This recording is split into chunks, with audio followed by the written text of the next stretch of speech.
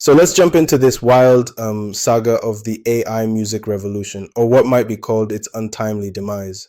Right? It's like the whole promise of democratized music creation just collapsed. Exactly, yeah. We had Suno, this startup that let literally anyone make music, from teenagers in Jakarta to even retirees in Stockholm. And then major players like Warner Music stepped Hmm. in with this so-called partnership. And that partnership, it turned out to be less a win for artists and more, well, a big corporate takeover, right? Right on. What looked like a breakthrough for creative freedom quickly became a major re-centralization effort. Warner and Suno settled their copyright dispute in a way that basically handed over control of the AI tools to the Yeah. labels themselves. So the ideal of like anyone can make music is instead confined now to a very closed ecosystem. Yeah, it's like imagine you have this amazing open sandbox where everyone can build, and then suddenly the gates are locked and you can only play if you uh, pay up. Hmm. Downloads for free accounts, only streaming is allowed. Interesting. And what about fair use? I heard there's a big legal twist there. Exactly. In May 2025, the US Copyright Office dropped this 108-page report that essentially torpedoed the fair use defense for commercial AI training. It stated that using copyrighted works for training, especially when outputs compete in the market, crosses the boundaries of fair use. Right.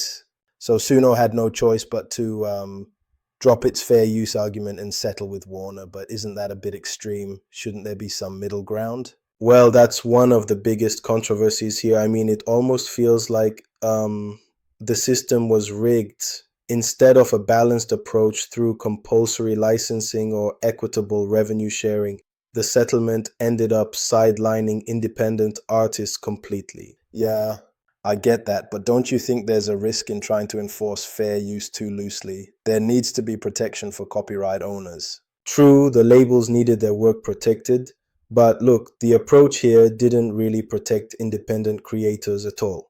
Instead of creating frameworks like blockchain based creator first systems, the settlement gave power only to Hmm. the majors.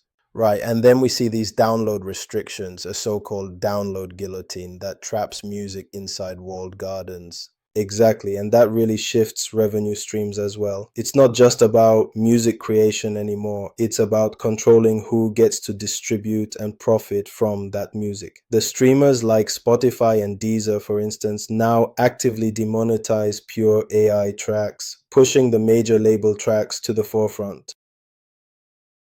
Yeah, it's a dramatic paradigm shift from decentralization to re-centralization and from empowering creators to upping the label's control. Yeah, and what's mind blowing is that while the mainstream narrative touted this as pro artist innovation, independent artists are left fighting for compensation through class action lawsuits. The promise of creative freedom has been Hmm. hijacked. So, in essence, the once hopeful revolution was co opted by the established industry to protect their own revenue. Perfectly put. And on top of that, regulatory differences like Europe's JAMA pushing back suggest that this might not be the end of the debate, but rather a bifurcation in how AI music evolves globally. Right? It's kind of sad or maybe inevitable how the spirit of open creativity can be, absorbed by existing power structures. Absolutely, it's a cautionary tale. In the race for innovation, what looks like progress can often end up reinforcing old hierarchies.